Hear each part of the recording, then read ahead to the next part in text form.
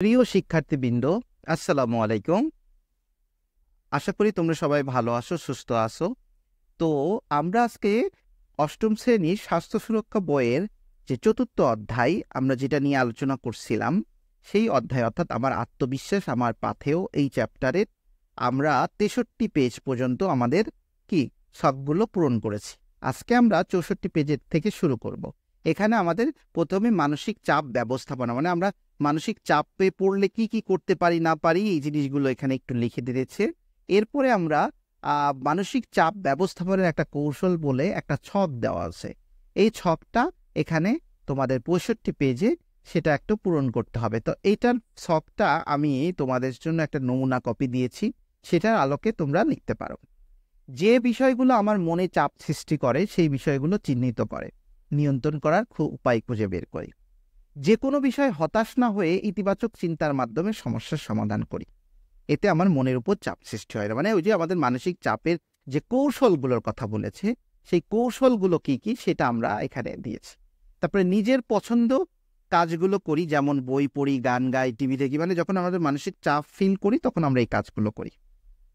প্রতিদিন এক্সারসাইজ করি, ফলে শরীর এবং মনের উপর চাপ কমে। কোনো কাজ করার আগে কাজের লক্ষ্য এবং উদ্দেশ্য সম্পর্কে ভালোভাবে জেনে সুন্দর প্ল্যান করে কাজ করি, ফলে দুশ্চিন্তা আমাদের হয় না। এরপরে আমাদের বলছে যে রাগ নিয়ন্ত্রণের জন্য চুপচাপ থাকি, রেগে যাওয়ার বিষয়গুলো চিহ্নিত করে সেগুলো পরিহার করা। অর্থাৎ রাগ নিয়ন্ত্রণের জন্য চুপচাপ থাকি, রেগে যাওয়ার বিষয়গুলো চিহ্নিত করে সেগুলো পরিহার করি।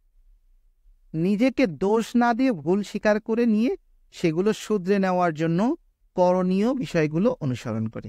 এটা ছিল আমাদের এই যে মানসিক চাপ ব্যবস্থাপনার কৌশল, অর্থাৎ আমরা কিভাবে মানসিক চাপটা ব্যবস্থাপন করব সেইগুলো।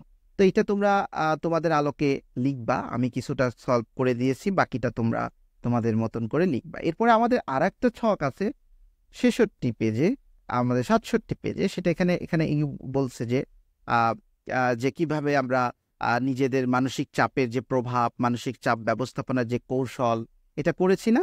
এখন আমরা মানসিক যে সংবেদনশীল, মানসিক চাপের ফলে যে আমাদের যে সংবেদনশীল আচরণটা, আগের আচরণ কেমন ছিল, এখন নতুন আচরণ কেমন, এটা আমরা এখানে তুলে ধরব।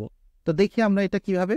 এখানে আমরা তোমাদের জন্য আগের আচরণ কি ছিল, পরের আচরণ কি হলো, এটা নিজের পছন্দবশত কোনো কিছু না হলে মেজাজ খিটখিটে হয়ে যায়। নিজের পছন্দের বিষয়গুলো অন্যকে বুঝিয়ে বলি এবং মেজাজ নিয়ন্ত্রণে করি। এটা হলো আমাদের আগের আচরণ এবং পরের নতুন যে আচরণ। খুব সহজে রেগে যেতাম, রাগ হলে জোরে জোরে চিৎকার করতাম, বাসায় কারোর সাথে কথা বলতাম না। এখন কি করি? এখন আমরা রাগ নিয়ন্ত্রণের জন্য নিজেকে চুপচাপ রাখি এবং যেসব বিষয়ে রাগ অনুভূত হয় সেই বিষয়গুলো পরিহার করি।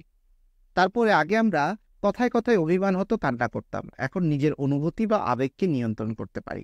এই যে এখানে আমাদের যে কতগুলো একটা পেজ ভরে দিয়েছে, আমরা সেখান থেকে ৩টা-৪টা তোমাদের আমার আলোকে দিয়েছি, তোমরা তোমাদের মতন করে লিখে নিবা। এরপরে আমাদের আর একটা যেটা লাস্ট হচ্ছে, এই যে আমরা যে গত ১ মাসে কি মানসিক পরিস্থিতিতে মানসিক চাপ বোধ করেছি, পরিকল্পনা অনুযায়ী কৌশল ব্যবহার করে তার ব্যবস্থা করতে পেরেছি কিনা, কি করেছি, কাজগুলো করতে কেমন লেগেছে, এই কাজগুলো আমাকে ভালো থাকতে কিভাবে সাহায্য করছে, কোন কোন পরিস্থিতিতে নিজের প্রতি সহমর্মী আচরণ করতে পেরেছি, কি করেছি, অন্যদের সাথে সম্পর্ক উন্নয়নে কোন কোন কাজগুলো সাহায্য করেছে, শিক্ষক এবং পরিবারের কাছে কি আমার কোনো সাহায্য দরকার, সেগুলো কি, এই জিনিসগুলো তোমরা ব্যক্তিগত চর্চা হিসেবে এখানে লিখতে পারো। তো তোমাদের জন্য আমি একটা নমুনা কপি লিখেছি। এটা হচ্ছে এই যে গত মাসে আমি একটা ডিবেট মানে যে আমাদের হচ্ছে বিতর্ক প্রতিযোগিতায় অংশগ্রহণ করেছিলাম। প্রতিযোগিতায় অংশগ্রহণের আগে আমার খুব ভয় এবং সংকোচবোধ ছিল যে আমি প্রতিযোগিতায় অংশগ্রহণ করতে পারবো কিনা। আমি একটা সুন্দর পরিকল্পনা নিয়ে ডিবেটের জন্য প্রস্তুতি নিই। এই জন্য আমি আয়নার সামনে দাঁড়িয়ে নিজের সাথে কথা বলি। এতে আমার আত্মবিশ্বাস বেড়ে যায়, কাজগুলো আমি উপভোগ করি। ডিবেট করতে আমার খুব ভালো লাগে, এটি আমার পছন্দের কাজ। তবে মাঝে মাঝে ভয় কাজ করে। নিজের ভয়কে জয় করে আমি ডিবেট প্রতিযোগিতায় অংশগ্রহণ করি। ডিবেট প্রতিযোগিতায় অংশগ্রহণ করতে আমার সহপাঠী, শিক্ষক এবং বাবা মা আমাকে নানাভাবে সহযোগিতা করেন, ফলে তাদের সাথে আমার সুসম্পর্ক গড়ে ওঠে। এই যে এটা ডিবেটের কথা বলা হয়েছে, তুমি ইচ্ছা করলে এটা কোনো নৃত্য প্রতিযোগিতা, কোনো আবৃত্তি প্রতিযোগিতা, কোনো ছবি আঁকার প্রতিযোগিতা, এই ডিবেটের জায়গায় মানে কপি না করে সুন্দরভাবে তুলে ধরতে পারবা। ঠিক আছে, এইভাবে আমরা কি করতে পারবো, এই ছকটা পূরণ করতে পারবো। তো এটাই ছিল আমাদের এই চ্যাপ্টারের যে লাস্ট যে ছকটা নিজে পূরণ করার মতন সেগুলো। এরপরে আমাদের যেটা আছে সেগুলো হচ্ছে যে এই পুরো ছকটা আমি কিভাবে বর্ণনা করেছি, কিভাবে আচরণ করেছি, নিজের মন্তব্য, আমার যে অংশগ্রহণ বিভিন্ন কাজে, শিক্ষকের মন্তব্য, আমার প্যারেন্টসের মন্তব্য, এইগুলো আমরা এখানে একটা স্যারের পরামর্শে, শিক্ষকের পরামর্শে তোমরা লিখতে পারবা। এটার মাধ্যমে আমাদের চতুর্থ অধ্যায়ের যে ছক পূরণগুলো আমরা সবগুলো কমপ্লিট করে ফেললাম। ইনশাল্লাহ আমরা পরবর্তী অধ্যায়ের ছকগুলো তোমাদের সামনে নিয়ে হাজির হব।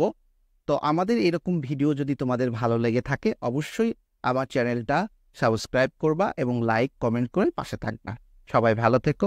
আসসালামু আলাইকুম।